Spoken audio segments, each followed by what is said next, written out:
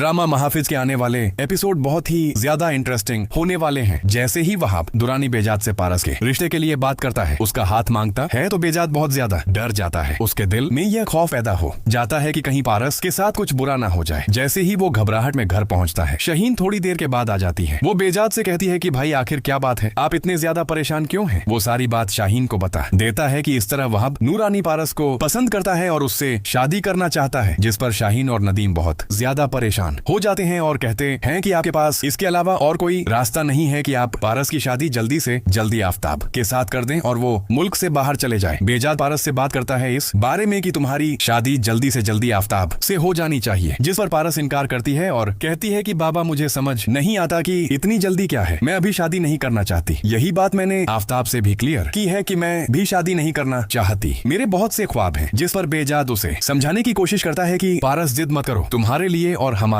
लिए यही बेहतर है कि तुम शादी करके इस मुल्क से जल्दी बाहर चली जाओ। जिस पर पारस मजबूरन इस शादी के लिए तैयार हो जाती है और वो अपने बाप से कहती है कि मेरी एक शर्त है, अगर शादी की शॉपिंग के लिए मैं खुद जाऊंगी। जिस पर बेजा पहले तो परेशान होता है तो फिर वो इजाजत दे देता है, तो कहता है कि अकेली तुम कभी भी मुझे बगैर इजाजत के घर से बाहर नहीं निकलोगी, तुम आफ्ताब के साथ और गार्ड के साथ ही बाहर जाओगी। जिस पर पारस रजामंद हो जाती है। उसके बाद पारस आफ्ताब को कॉल करती है। आफ्ताब का तो खुशी का कोई ठिकाना नहीं रहता। आफ्ताब असल में पारस से मोहब्बत नहीं करता, बस उसकी जिद बन गई है पारस की, मैं पारस को हर हाल में हासिल करके रहूंगा। जिस तरह के पारस ने उसको खाने पे बुलाया था और उसको इनकार किया था, और आफ्ताब के दिल में यह बात बैठ गई थी कि पारस जो है वो हो जवार को पसंद करने लगी। उसने इस बात से पूछा भी था कि क्या तुम्हें कोई और पसंद है, तुम शादी से इनकार क्यों कर रही हो? जिस पर पारस ने साफ इनकार कर दिया था कि मेरे दिल में ऐसा कोई भी नहीं है, मैंने कभी किसी से चाहत नहीं की है। जिस पर आफ्ताब को गुस्सा तो बहुत ज्यादा आता है, लेकिन वो खामोश हो जाता है। लेकिन अब उसको बहुत ज्यादा खुशी होती है कि पारस मान गई है शादी के लिए। उसके बाद आफ्ताब और पारस शॉपिंग के लिए बाहर जाते हैं और होता वही है जिसका डर था। वहां दुरानी के बंदे तो साए की तरह पारस का पीछा कर रहे होते हैं, तो वहां पे वो पारस को किडनैप करने के लिए आ जाते हैं और आफ्ताब उसकी हिफाजत करने के बजाय दुम दबाकर वहां से भाग जाता है। जिसा पारस देखती रह जाती है कि मेरे पे